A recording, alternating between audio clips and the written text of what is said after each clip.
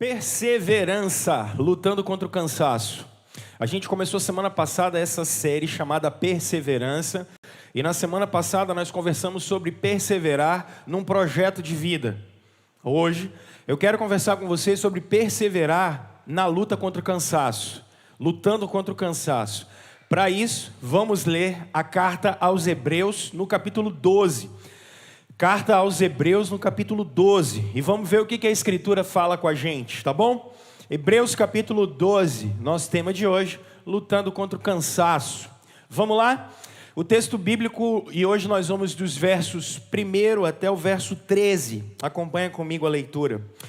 Portanto, também nós, uma vez que estamos rodeados por tão grande nuvem de testemunhas, livremo-nos de tudo o que nos atrapalha e do pecado que nos envolve e corramos com perseverança a corrida que nos é proposta. Verso 2. Tendo os olhos fixados em Jesus, autor e consumador da nossa fé. Ele, pela alegria que lhe fora proposta, suportou a cruz, desprezando a vergonha, e assentou-se à direita do trono de Deus. Pensem bem naquele que suportou tal oposição dos pecadores contra si mesmo, para que vocês não se cansem nem desanimem. Na luta contra o pecado, vocês ainda não resistiram até o ponto de derramar o próprio sangue. Vocês se esqueceram da palavra de ânimo que ele lhes dirige como a filhos. Meu filho, não despreze a disciplina do Senhor, nem se magoe com a sua repreensão, pois o Senhor disciplina a quem ama e castiga todo aquele a quem aceita como filho. Suportem as dificuldades, recebendo-as como disciplina. Deus os trata como filhos. Ora, qual filho que não é disciplinado por seu pai? Se vocês não são disciplinados e a disciplina é para todos os filhos, então vocês não são filhos legítimos, mas sim ilegítimos. Além disso, tínhamos pais humanos que nos disciplinavam e nós os respeitávamos. Quanto mais devemos submeter-nos ao Pai dos Espíritos, para assim vivermos. Verso 10. Nossos pais nos disciplinavam por curto período, segundo lhes parecia melhor. Mas Deus nos disciplina para o nosso bem, para que participemos da sua santidade. Nenhuma disciplina parece ser motivo de alegria no momento, mas sim de tristeza. Mais tarde, porém, produz fruto de justiça e paz para aqueles que por ela foram exercitados. Portanto, fortaleçam as mãos enfraquecidas e os joelhos vacilantes. Façam caminhos retos para os seus pés, para que o manco não se desvie, antes seja curado. Vamos orar, meus irmãos? Deus, nós dependemos muito do Senhor e precisamos muito do Senhor e da sua misericórdia.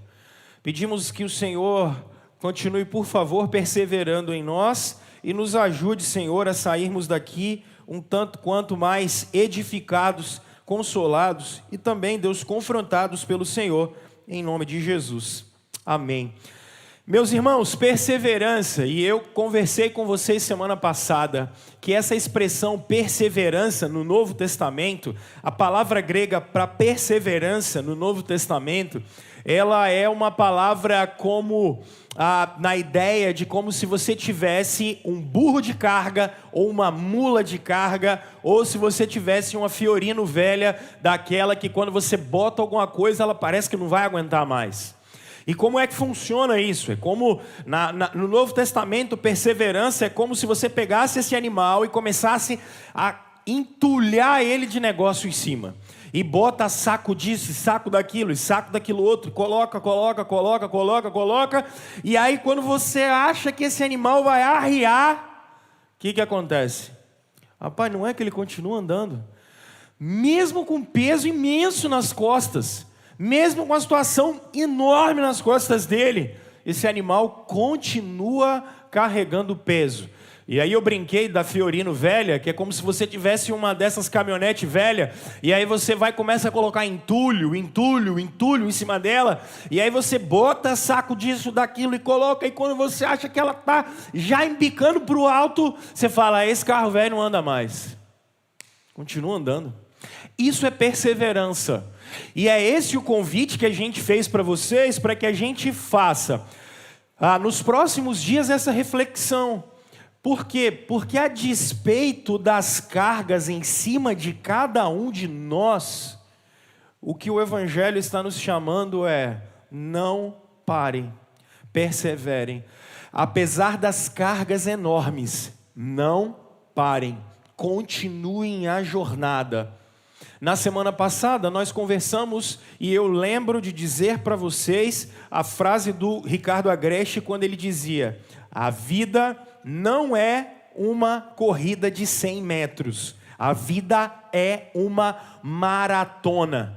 Corrida de 100 metros é algo que você faz rapidinho, é algo que você termina muito rápido, você dá um sprint e você acaba com esse negócio. Uma corrida de 100 metros dura 10 segundos, mas a nossa vida não dura 10 segundos. Nossa vida são 42,5 quilômetros, como uma maratona. Então é preciso disciplina, é preciso perseverança, porque não é como você começa, mas o mais importante é como você termina. E o Evangelho de Jesus é sobre como encontraremos com Ele no final dessa jornada e dessa caminhada.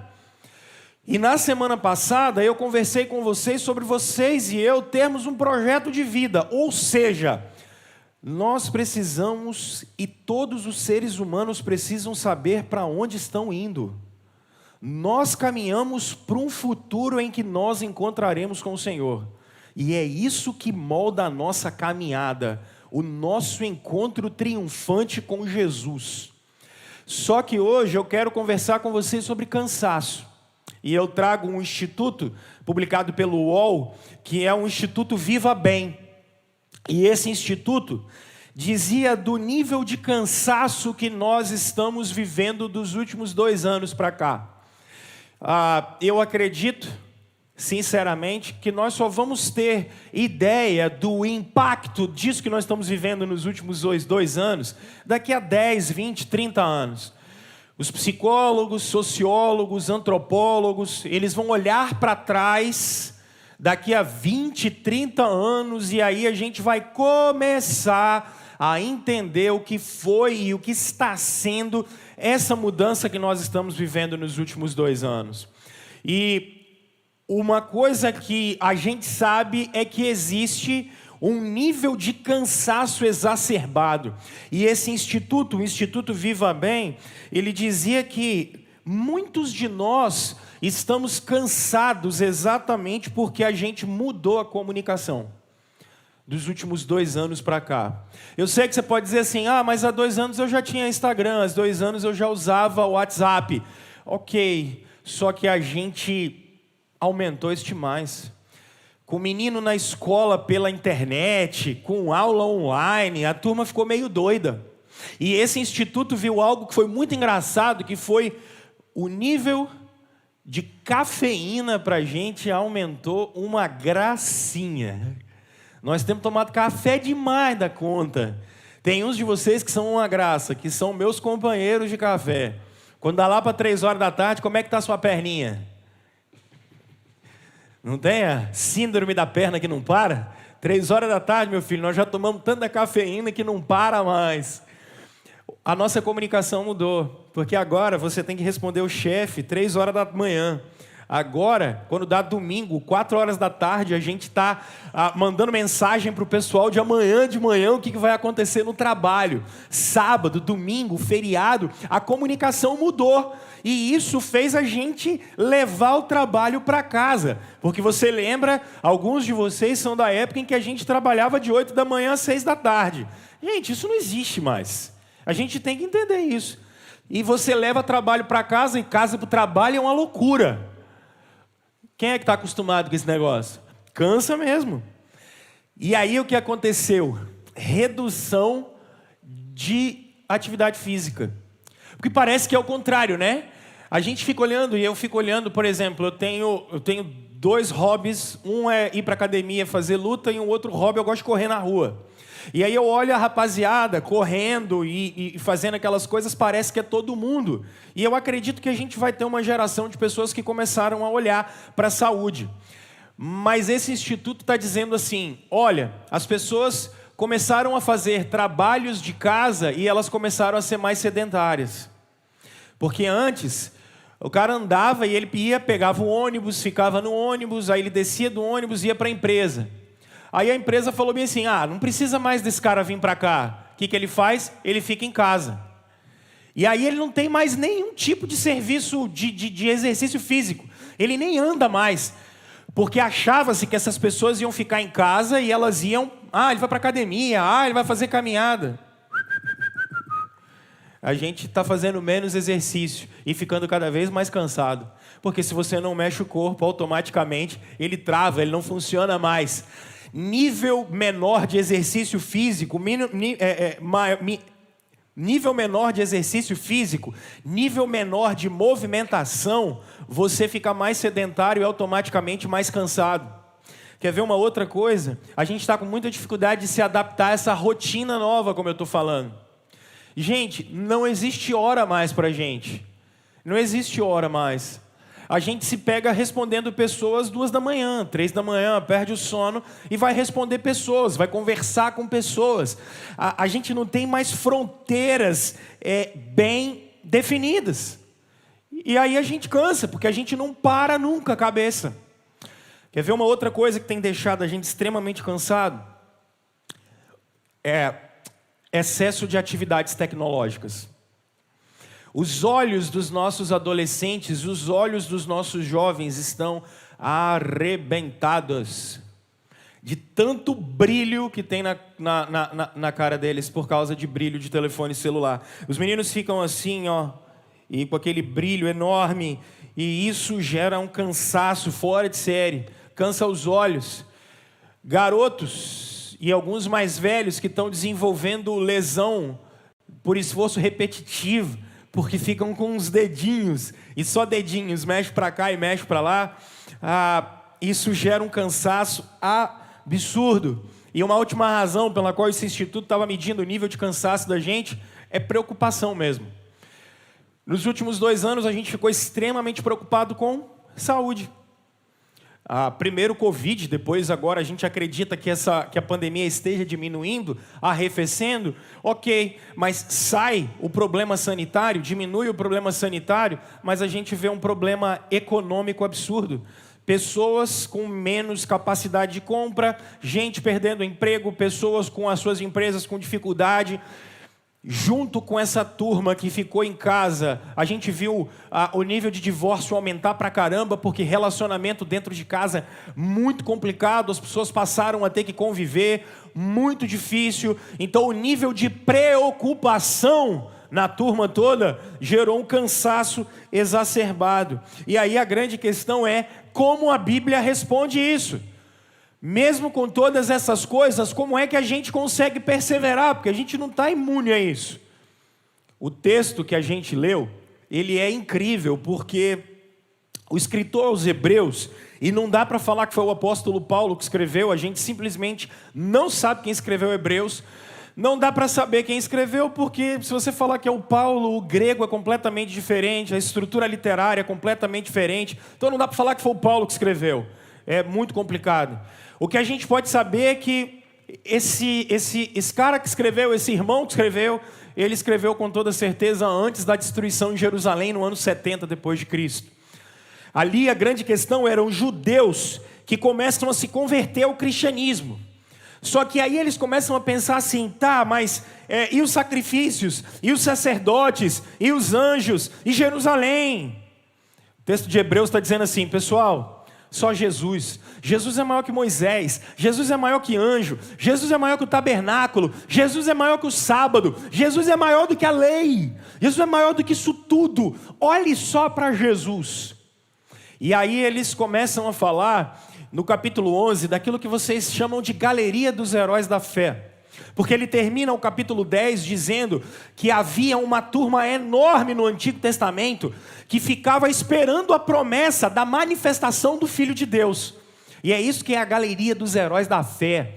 Enoque, Abel, a gente olha Abraão, Isaac, Jacó, essa rapaziada toda que olhou para Jesus. Quando essa galeria de pessoas termina, ele entra no texto que a gente leu, dizendo, sabe o quê? Pessoal, dá uma olhada nessa nuvem de testemunhas que a gente tem. O verso 1 diz.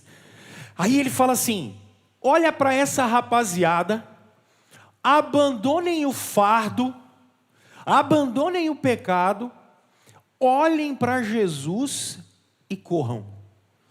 Esse é o movimento que ele está fazendo nos versos 1, 2 e 3. Corram com perseverança. Corram com perseverança, não parem. Na maratona da vida de vocês, corram com perseverança. Continuem. E aí ele vai dizer assim, olhem para Jesus. Jesus teve prazer em entregar a vida dele por vocês. E ele ressuscitou dos mortos. E aí a partir do verso 4 até o verso 13, ele vai falar o seguinte, olhem gente, não brinquem com pecado não. Pecado é uma coisa séria demais para vocês ficarem brincando. Me chama a atenção o fato desse escritor falar exatamente sobre continuar correndo, mesmo no meio do cansaço. Não parar, mesmo no meio do cansaço. Isso me chama muito a atenção. Então eu te dou 4 chaves aqui, nesse texto, para você continuar correndo a carreira da fé, com perseverança, mas aprendendo a lidar com o cansaço. Olha qual é a primeira chave no verso 1. Isso aqui é incrível, gente. O verso 1 diz assim, também nós, tendo uma tão grande nuvem de testemunhas. Sabe qual é a primeira chave para você lidar com cansaço? Você não é o primeiro e você não é o último. Não se esqueça disso. Eu hoje pela manhã falando para a igreja, falei assim, várias vezes, você também não é o único. Ele está mandando vocês olharem uma grande nuvem de testemunhas. Ele está mandando a gente olhar para o passado e olhar as pessoas que já estiveram no nosso lugar. Porque o mundo não começou, eu nasci em 84, o mundo não começou em 84. O mundo começou muito antes de mim. Há uma nuvem de testemunhas. Pessoas como, por exemplo, o Abraão, que é alguém que Deus deu uma promessa. E fala sério, se alguém fizer uma promessa para você, cara, já fez, vocês que tiveram filho ou têm filho, você já prometeu alguma coisa para filho pequeno? Você já viu como é que é? Vai começando a chegar, ou quando você faz uma promessa, o menino chega e fala assim, não, mas você prometeu, não, mas você prometeu, não, mas você prometeu, pai, você prometeu, mãe. Não é assim que acontece? Se alguém prometer um aumento para você, como é que funciona?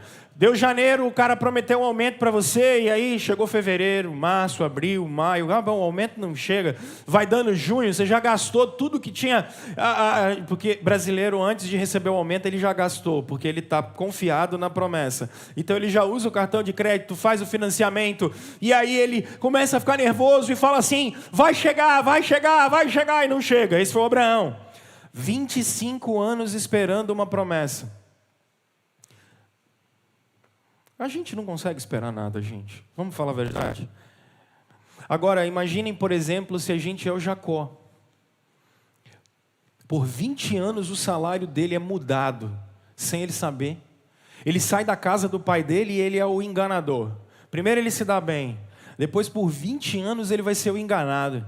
Aí ele vai voltar para casa e falar, beleza, eu vou reunir meus filhos, eu vou reunir minha família, vai ficar todo mundo reunido, não consegue reunir ninguém. E vai morrer no Egito. que a Bíblia está mostrando para a gente, pessoal? Eu e você não somos os únicos que vão ter que lidar com o luto. Eu e você não somos os únicos que vão ter que lidar com morte, com traição, com desemprego. A gente não é o único que vai lutar com doença. Já teve muita gente que lidou com isso.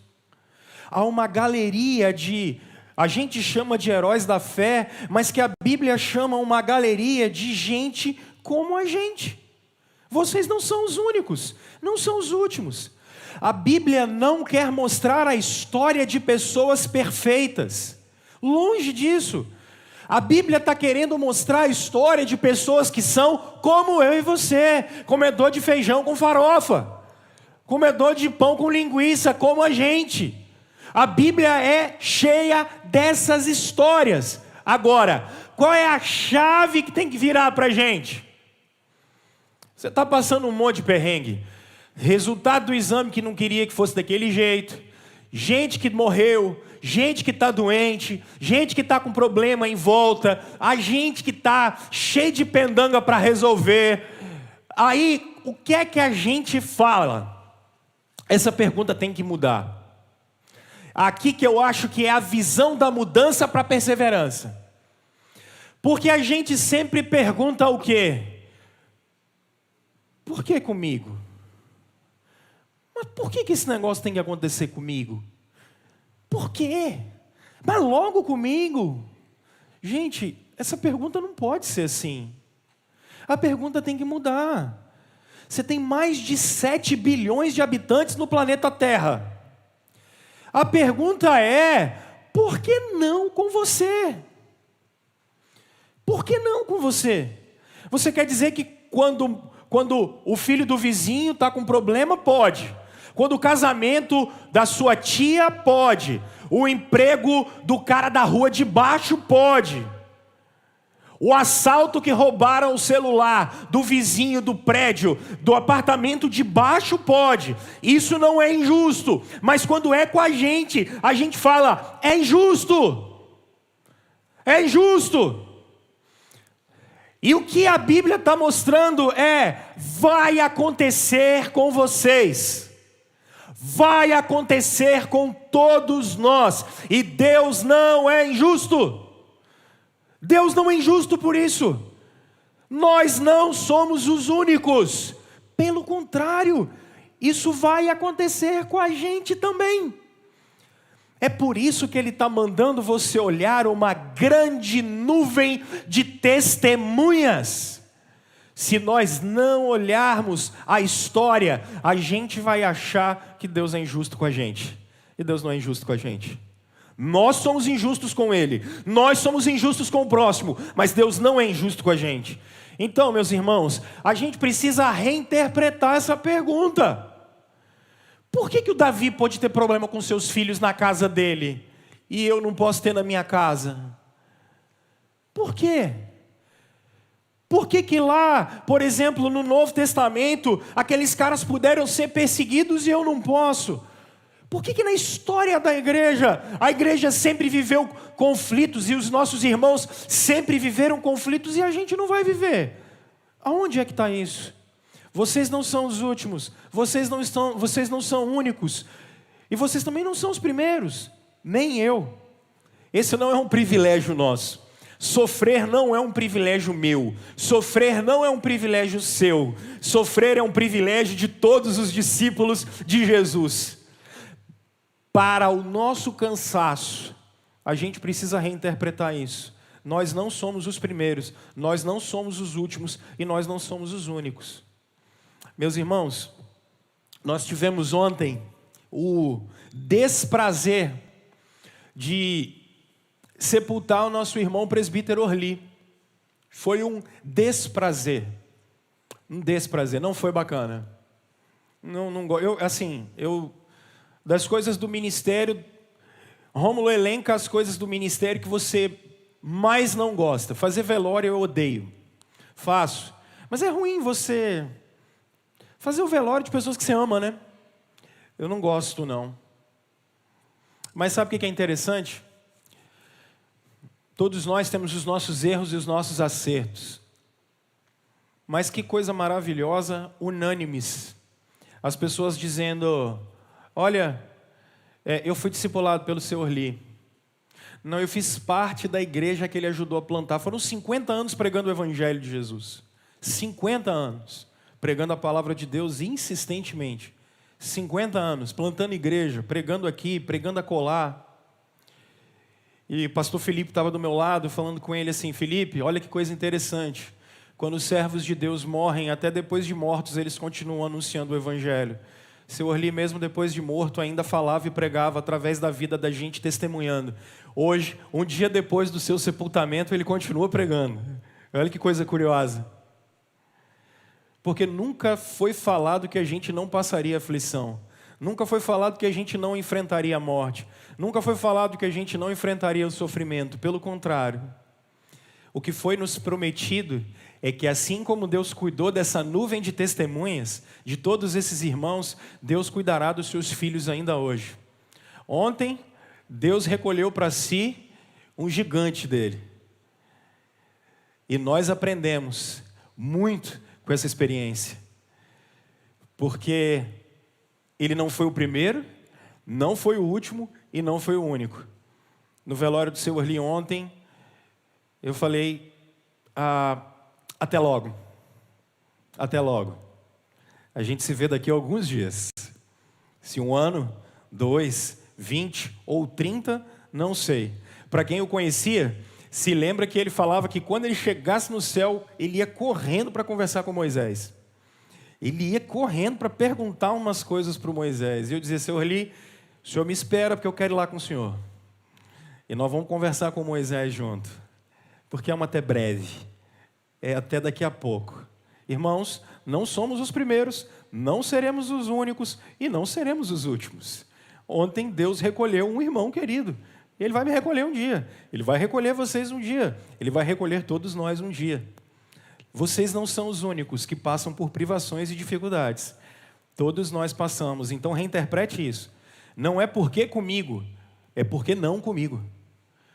Pode acontecer com os outros e pode acontecer comigo também. É bom? Claro que não. Mas pode acontecer comigo e pode acontecer com você. E a gente reinterpreta o cansaço. Segundo a chave, olha o que ele vai dizer. Abandonem o quê?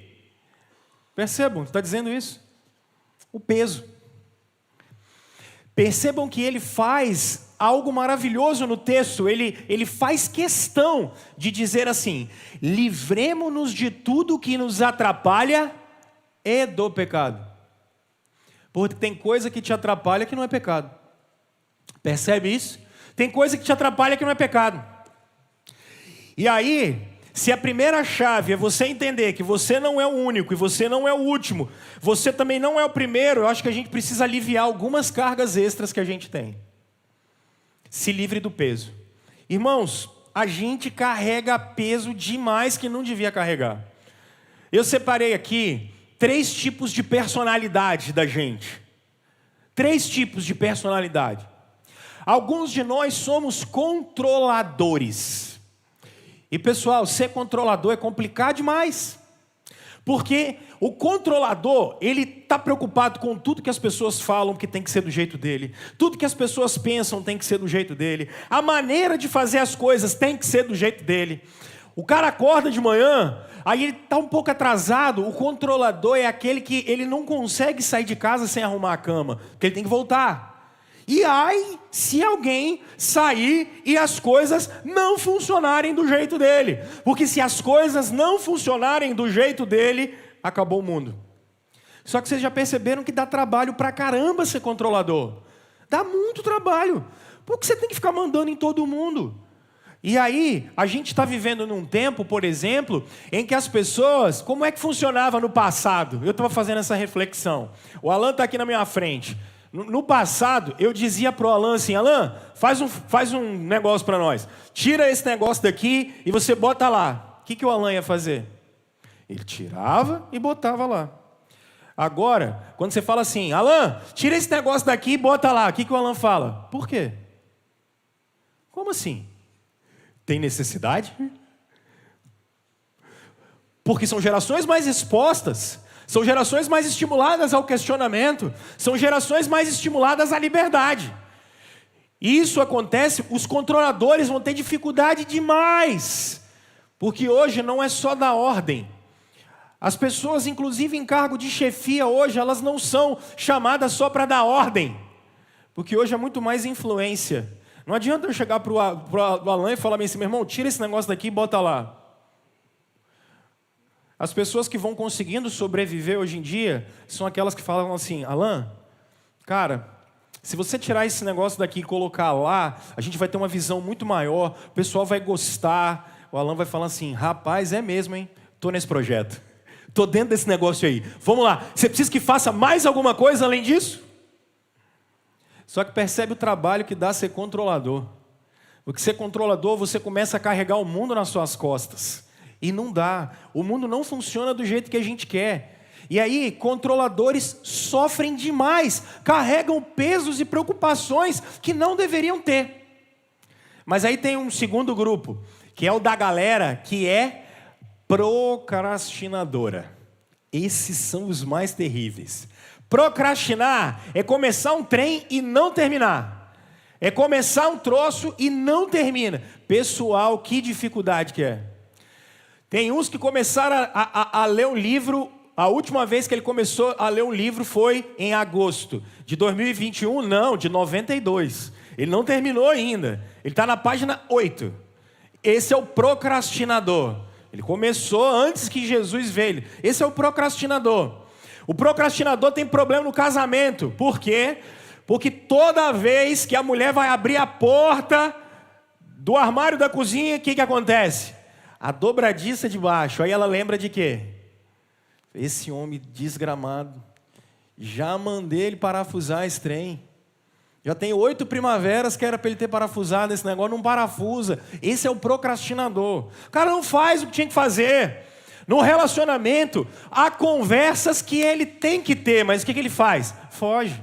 Tem que ter conversa com o filho, tem que ter conversa com a mulher, no trabalho, ele tem que sentar, ter uma conversa com o pessoal do lado, com o chefe, tem que ter uma conversa com a equipe. Tem problema com o vizinho, já tem 12 anos, e ele não vai lá. O vizinho passa de um lado, ele passa do outro, ele finge que não vê, e não resolve a situação, e fica aquela coisa bélica. Almoço de Natal, jantar de Ano Novo, a turma não conversa, por quê? Porque é procrastinadora. Não resolve o que tem para resolver, sabe? E isso, olha o tamanho do peso. Eu tenho ali um problema, sei lá, com o Juliano, aí eu não resolvo. Aí o Juliano vai passando e eu passo do outro lado. E toda vez que eu olho o Juliano, o que acontece? Coração dói, peso nas costas. Eu tenho uma coisa para resolver dentro de casa, aí não resolvo, aí fulano conversa comigo, fala comigo, não faço, aí o que acontece? Você tinha que fazer um curso de atualização também. O livro você parou de ler em 92, em 93 mandaram você fazer uma atualização no seu currículo, você não fez e está enrolando até hoje. Já começou 8 faculdades e não acaba. Procrastinadores. E aí quando começa a olhar a vida, começa as coisas não termina, começa as coisas não termina, começa não termina, começa não termina. Aí quando olha e fala assim, estou cansado. Claro. O que é prazeroso? Eu dizia isso de manhã. Hoje a gente fez um feijão tropeiro aqui pela manhã e vendemos para abençoar uma família que estava precisando. Por que o pessoal chegou aqui 7 da manhã e frita bacon? E vou falar não que eu estou com fome já também. Vamos pular isso, né? O que foi legal dali? Porque eles estavam pensando assim, cara, quando der 11 horas da manhã está tudo pronto. Na caixinha, naquele negócio. Vai estar prontinho e o pessoal vai querer levar para casa. Olha um exemplo bacana que eu pensei depois, que eu não falei de manhã. O que vai pegar a turma da música? O que vai ser legal? Porque quando eles chegam aqui, eles ensaiam todo sábado pela manhã. O bacana deles é porque eles vão pensar assim, cara, amanhã, na nossa execução, quando terminar de manhã e quando terminar à noite, vai ficar bacana. Quando você olha o resultado, você fala assim, vale a pena. Procrastinadores não conseguem olhar o resultado, aí ficam com peso nas costas, porque não conseguem cumprir aquilo que tem que fazer, não se propõem. Agora tem uma turma que é pior ainda, que são os desleixados. Se a gente tem os controladores e os procrastinadores, tem os desleixados. Gente, tem gente que a água está indo para cima e para baixo, o cara não está nem aí. Aí começa a pipocar um monte de problema em volta dele, começa a pipocar um monte de dificuldade, aí o que ele faz? Ele some, desaparece. Ninguém sabe, ninguém viu. Cadê fulano? Rapaz, não sei. Muda de desleixado. O desleixado é o pior tipo que tem, porque ele é o mais egoísta de todos. Ele não está preocupado com ninguém. O desleixado, ele está preocupado só com a vontade dele sendo feita. E ele larga a bomba para cima de todo mundo. Aí ele muda de ares. Ele fala que ele está mudando de ares. Mas não é, ele é desleixado mesmo. Ele não toma conta das relações, ele não toma conta das pessoas, ele não toma conta dos bens, dos recursos, ele não administra bem a vida, ele é desleixado, relaxado mesmo. Isso é muito complicado, gente. E isso gera peso. Porque problema tem que ser resolvido. Não adianta, é mais cedo ou mais tarde. A gente vai ter que resolver. E se não vai, e se não encara, peso. E muitos de nós colocamos a culpa em Deus de culpa que Deus não fez. Porque só tem uma maneira de resolver esse negócio, com foco e disciplina. Não tem jeito. É foco e disciplina. Eu sei que às vezes dá medo da gente ter que encarar algumas coisas. Eu sei que é chato, de vez em quando a gente... puxa, tem que fazer esse negócio. Tem que resolver isso. Mas tem outro jeito. Então, melhor do que você deixar para lá, é você correr atrás e fazer. Agora, entenda o seguinte, controladores, cuidado. O mundo não funciona de acordo com o que você quer. E aí vai ter peso. A grande dificuldade é a gente aprender a lidar com as pessoas. E a gente aprender a lidar com a gente mesmo. Essa é a parte mais difícil que tem. Só dá para fazer isso se você tiver propósito, foco, disciplina. Agora, deixa eu fazer uma aplicação para eu passar para a terceira chave, só de uma questão espiritual mesmo. Eu vejo uma renca de gente carregando um peso que não deveria carregar. Certa vez eu ouvi de um cara da parábola do filho pródigo, estava pensando nisso. Quando eu preguei de manhã, eu falei, caramba, eu tinha que ter botado esse negócio na pregação e esqueci. Aí eu lembrei agora à noite, para botar agora à noite. Na parábola do filho pródigo, o pai leva o filho para casa. Ele toma um banho, ele come, tem roupas novas, depois de ele ter ficado com os porcos. Ô, gente, o que tem de cristão que leva o porco para casa não está no gibi, cara. Cara, o porco para o cristão não fica lá na parábola do filho pródigo.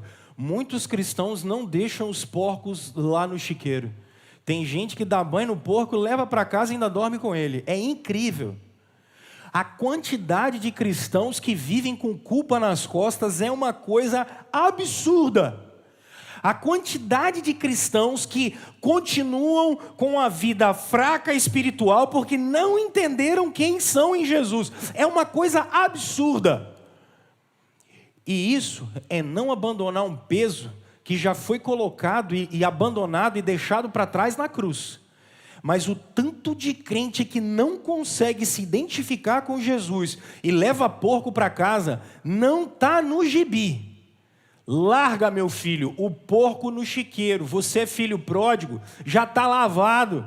Então pega o passado de uma vez por todas e crucifica com Jesus na cruz. Abandona a acusação de uma vez por todas. Abandona a opressão espiritual de uma vez por todas.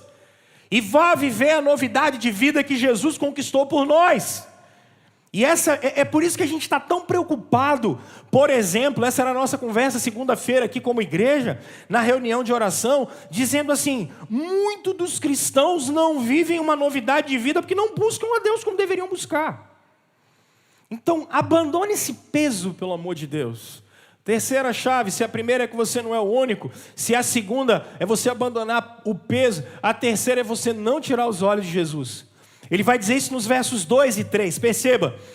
Tendo os olhos fitos em Jesus, autor e consumador da nossa fé. Pessoal, olha o que ele vai dizer aqui de uma maneira gloriosa.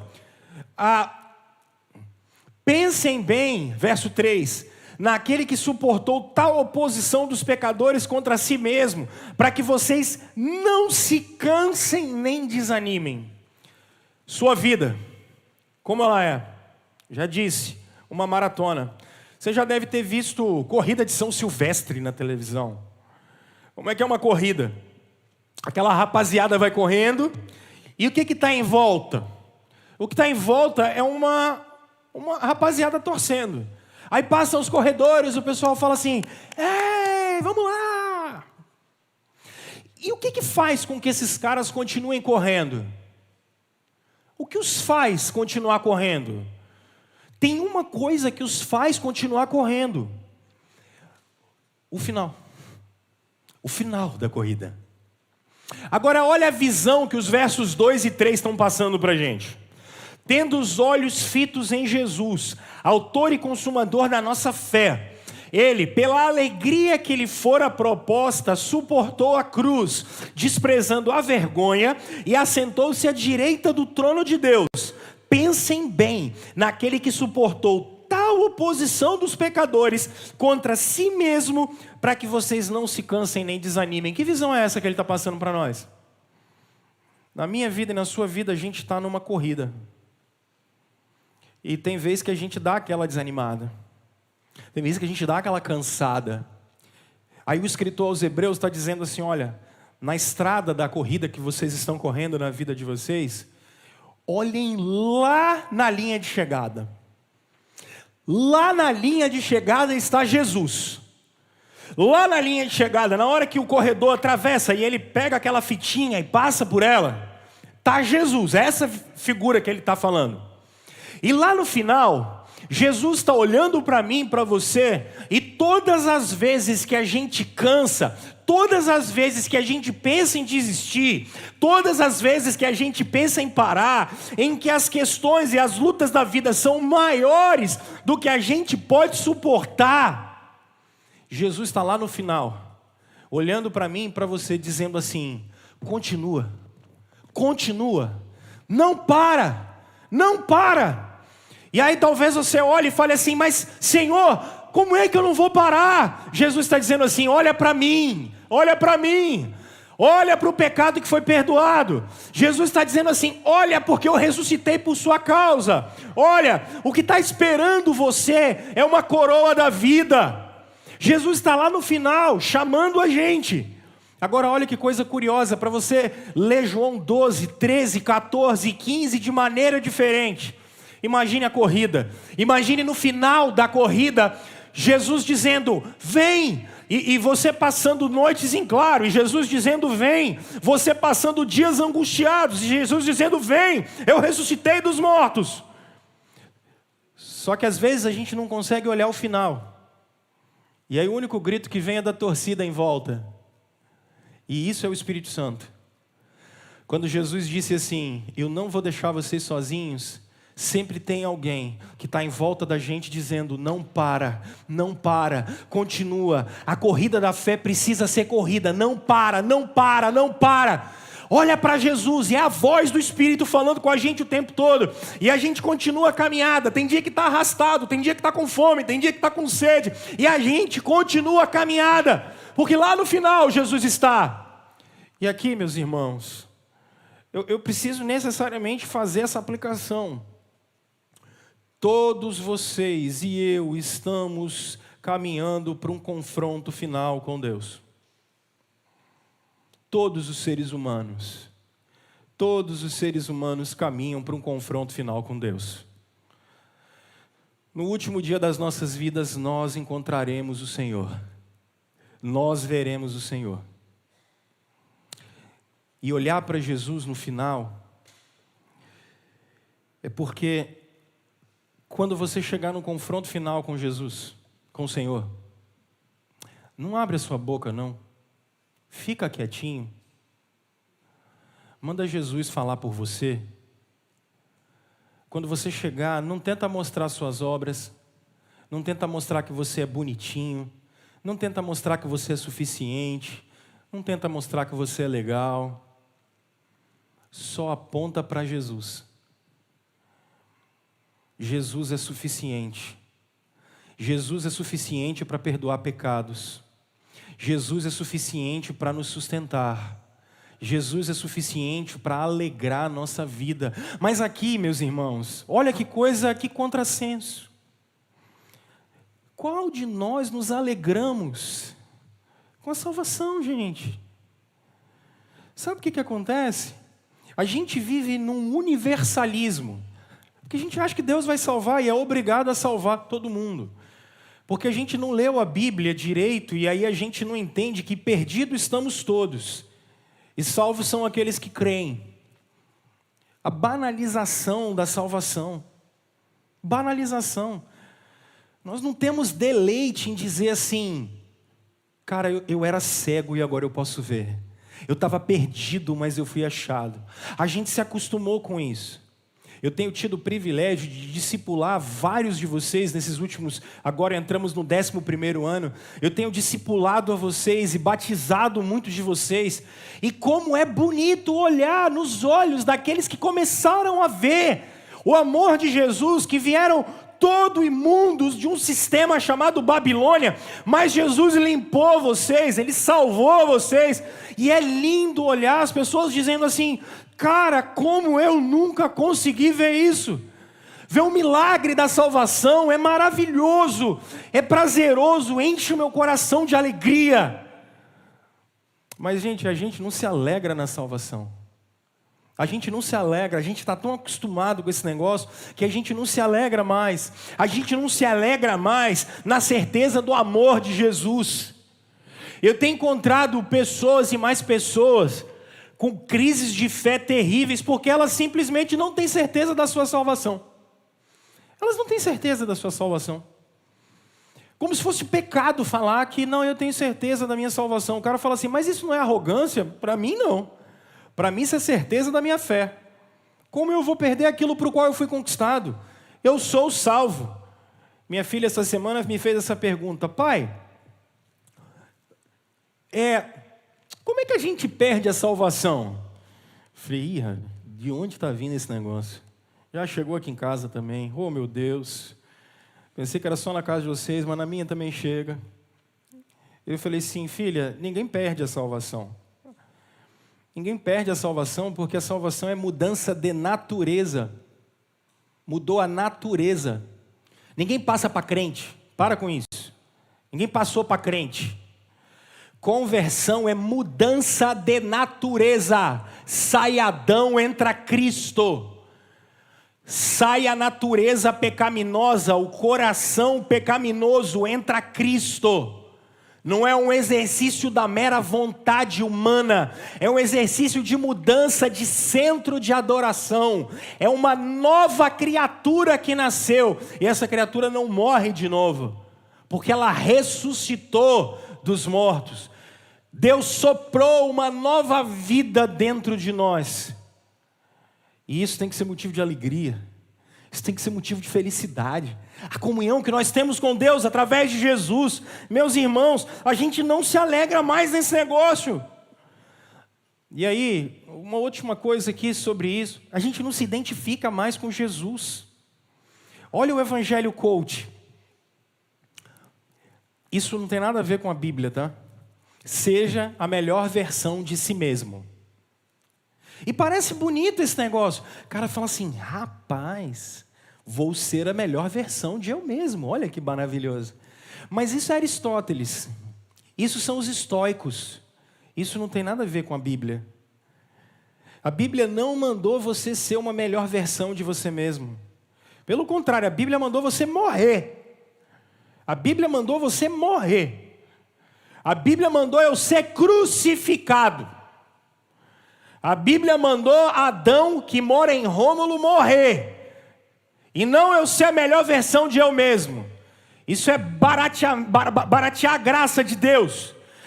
A Bíblia mandou você ser a melhor versão de Jesus Cristo que você conseguir ser e que o Espírito de Deus te capacitar.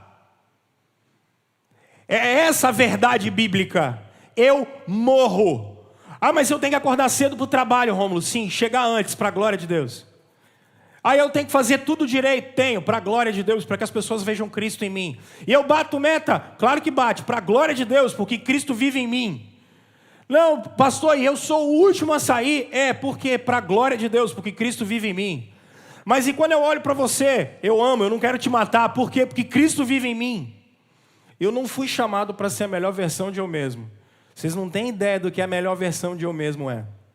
Rapaz, pensa num homem ruim. Eu. Agora pensa nos pior ainda, vocês. Você sabe que você não vale muita coisa. Você já olhou para o seu coração e você sabe disso. Você sabe disso, meu Deus do céu. Você acha que é só lá em casa que tem problema? Vamos botar isso aqui, deixa eu fazer essa brincadeira, eu não fiz de manhã não. Vamos fazer um negócio, vou chamar o Douglas lá, o Douglas vai pegar um cabo de HDMI e botar na sua mente para a gente ver todos os pensamentos passando naquela tela ali. Quem topa? Tá fora? Vamos ser a melhor versão de nós mesmos, não vamos não? Não, cara, é para você ser o melhor discípulo de Jesus que você pode. E que o Espírito te capacitar. É fruto do Espírito na sua veia o tempo todo. O tempo todo, o tempo todo. Cristo é suficiente, Cristo é suficiente. Meu alvo é Jesus, meu foco é Jesus. Eu ando para Ele, eu ando por Ele. Cristo. É Ele que está em volta da gente, é o Espírito que está capacitando a gente. Isso é maravilhoso. Porque depende de Cristo em nós. Quarta e última chave, pessoal, do verso 4 em diante. Por favor, se primeiro você não é o primeiro, nem o último, nem o único. Segundo, é para você abandonar alguns pesos que precisam.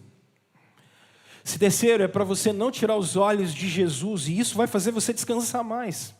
Quarto, por favor, não flerte com o pecado. Não flerta com o pecado, não. Não se entrega para o pecado, não. Por favor, dá uma olhada na advertência, como ela é tão séria. Verso 7, eu acho que verso 4, né? Na luta contra o pecado, vocês ainda não resistiram até o ponto de derramar o próprio sangue. Vocês ainda não morreram pela santidade. Vocês não morreram pelo testemunho de Jesus. Agora olha o verso 7. Suportem as dificuldades, recebendo-as como disciplina. Irmãos, a minha briga é para tentar deixar isso aqui muito claro para vocês, né? Eu lembro daquele cara da Praça é Nossa que gosta das coisas nos mínimos detalhes. Eu gosto que você entre no texto e esse negócio faça sentido para você. Meu desafio é que quando chegar amanhã, esse troço está na sua cabeça ainda. Esse é o meu grande desafio. E eu estava pensando nisso, refletindo. Eu não sei quem lembra, tinha um samba de roda antigamente no Brasil. Eu não sei se canta ainda, mas ele dizia assim: cabeça que não tem juízo, o corpo paga. O corpo paga. O corpo paga. Cabeça que não tem juízo, o corpo paga. O corpo paga. O corpo paga. Eu sei que vocês vieram do terreiro de samba, eu sei. Tem uma galera que está ali, já o pé já estava querendo cantar na batucada dos nossos tantãs ali. Para. Aqui não é o fundo de quintal. Mas olha a graça de Deus como ela é interessante. Vocês já perceberam que realmente, cabeça que não tem juízo, o corpo paga. Não tem jeito. Você acha que vai flertar com o pecado. Você acha que você vai flertar em desobediência com Deus. Está tranquilo? E não tem nada a ver com Deus. Tem a ver com você. Irmãos, a gente vive num período de relativização dos mandamentos de Deus fora de série. E não tem o que relativizar, gente. Pecado é pecado. E não tem como tentar dar um jeitinho. Porque não dá. Se você quer levar a vida de discípulo de Jesus a sério, pecado é pecado. O que é certo, o que é errado. Então não flerta com o pecado. Não flerta com esse negócio. O que Deus disse, cara, obedece. Obedece. Porque muitos de nós sofremos, e aqui deixa eu parar, porque doutrina ruim, para ajustar, é uma coisa terrível. eu estou fazendo, os domingos pela manhã, vocês não me veem na escola bíblica porque eu estou com uma turma de surdos. E eu chamei os presbíteros hoje para ver, a gente estava com vários surdos, e eles não conhecem nada da Bíblia, não conhecem nada de Jesus, não sabem nada, mas as testemunhas de Jeová ensinaram para eles que Jesus é a primeira criação do Deus Pai. Rapaz, e para você pegar e mudar a doutrina ruim? Porque uma coisa é você ensinar quem não sabe nada, o pior é você consertar trem que foi ensinado errado. E isso tem acontecido no nosso tempo. Então, às vezes a gente obedece a Deus porque tem medo da ira de Deus. Nós crescemos e eu sou fruto desse meio evangélico e estudei em colégio católico a vida inteira. Esse meio em que a gente tem medo da ira de Deus. Olha bem para mim e anota, por favor, para você não esquecer. Deus não se ira contra os seus filhos. A justiça de Deus retributiva da sua ira nunca caiu sobre os filhos de Deus. Porque Deus se irou contra um filho dele uma vez naquela cruz. Deus não está com os olhos cheios de sangue atrás de você porque você pecou. Porque a ira de Deus caiu sobre Cristo. O fogo do juízo de Deus consumiu Cristo por inteiro. E Ele foi destruído por nossa causa. Ele foi consumido por nossa causa. Crentes não deixam de pecar por medo de Deus, mas por amor a Jesus. Entende a diferença? Crentes são constrangidos pelo Espírito Santo e não morrem de medo de Deus. Porque aí eu posso dizer uma coisa para você. Deus te ama tanto, Deus ama seus filhos tanto, que Ele não te chamou para deixar você como você está. Então, em muitas ocasiões, a disciplina de Deus virá sobre mim. A disciplina de Deus virá sobre você. Porque cabeça que não tem juízo, o corpo paga. E a gente disciplina os nossos filhos para eles andarem direito. Isso não é justiça de Deus. Deus não está irado contra você. Pelo contrário, Deus te corrige e me corrige por amor. Deus permite que a disciplina dele chegue até a gente porque Ele ama, porque a gente não deve ficar desse jeito. Não é para ficar assim. Então nós obedecemos a Deus não com medo, mas nós obedecemos a Deus por constrangimento de amor. E gente, quando eu era criança, eu tinha uma coisa que era muito engraçada. Eu dizia assim, pior do que ganhar uma chinelada é ganhar sermão de pai. Eu sou o único que tinha assim, porque era melhor, se você já tomasse uma chinelada, resolvia o problema. Agora aguentar sua mãe falando 40 minutos do seu ouvido é difícil demais, né, gente? Misericórdia. Rapaz, aguentar seu pai, e é isso que ele está dizendo aqui. A gente corrige os nossos filhos na carne, e Deus também corrige a gente. De vez em quando tem umas chineladinhas, de vez em quando tem só uns discursos de 1h30 do Pai Celestial. Não flerta com pecado, não. Leva a vida santa a sério. Leva a santidade a sério. E sabe qual é a mais cabulosa de todas as situações? Nós somos pecadores redimidos. Você que não é crente, você que não é convertido, eu te entendo e te respeito. Talvez isso que eu vou falar agora não faça tanto sentido para você. Mas para vocês que são crentes, olha só, não é o freio moral do Freud, não é regras de convivência de Hobbes e Locke, não são freios morais de Hobbes e Locke. Vocês sabem quando estão em pecado. Vocês sabem quando desagrada a Deus. Vocês sabem. Vocês que são filhos de Deus e têm o Espírito de Deus, vocês sabem quando estão aprontando. Mas que coisa! Eu sei. Como é que vocês não sabem? Porque o Espírito de Deus fala com a gente. Vocês sabem, isso que está no coração de vocês, não é freio moral de ninguém, não. Isso é João 6,68, é a voz do Espírito em vocês. É a voz do Espírito, que a lei de Deus está gravada no coração de mim, meu e de vocês, e a gente sabe disso. Não flerte com o pecado. Muito do nosso cansaço é porque a gente flertou com o pecado. Aí, meu filho, Depois que você está dentro do poço, para sair de lá dá um trabalhinho, né? Só que não esqueça, sempre tem a mão de Jesus para tirar a gente de lá. Eu quero desafiar você a perseverar, mesmo. Eu quero desafiar você a perseverar, a não parar. Pastor, mas dias de luta, dias de glória, como é difícil esse trem. É mesmo, filho, eu sei que é. Eu sei que realmente é difícil. Pastor, dá um cansaço, um peso danado. Eu sei. Então vamos com calma. Vamos começar a entender que essas coisas não acontecem só com a gente. A vontade de desistir, a vontade de parar, ela não é só nossa. Ela acontece com todos os seres humanos. Agora vamos lá, vamos ser intencional. Vamos abandonar algumas coisas que devem ser abandonadas. Vamos começar práticas novas. Vamos começar a segunda-feira. Vamos começar esse mês com práticas novas, abandonando, seja controladoria, seja parando de ser desleixado, seja parando de aglutinar problema. Agora olha só, vamos focar, como eu falei com vocês semana passada, naquilo que é essencial. Vamos olhar para Jesus. Vamos olhar para o nosso Salvador. Vamos ter Ele como meta.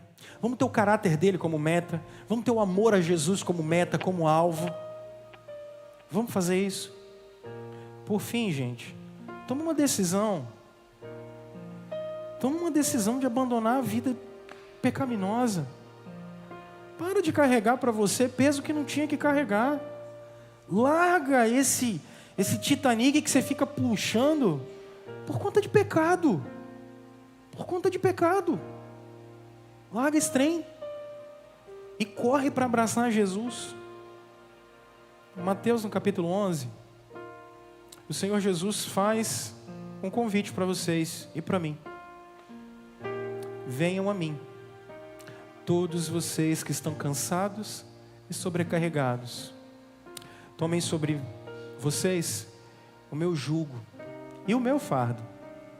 E Jesus diz, porque o meu jugo é suave, meu fardo é leve. Jesus termina dizendo que Ele aliviaria seus filhos. Ele aliviaria seus servos. Quer descansar? Corra para Jesus. Corra para os braços de Jesus. É tudo sobre Jesus. É sobre a nossa vida com Ele.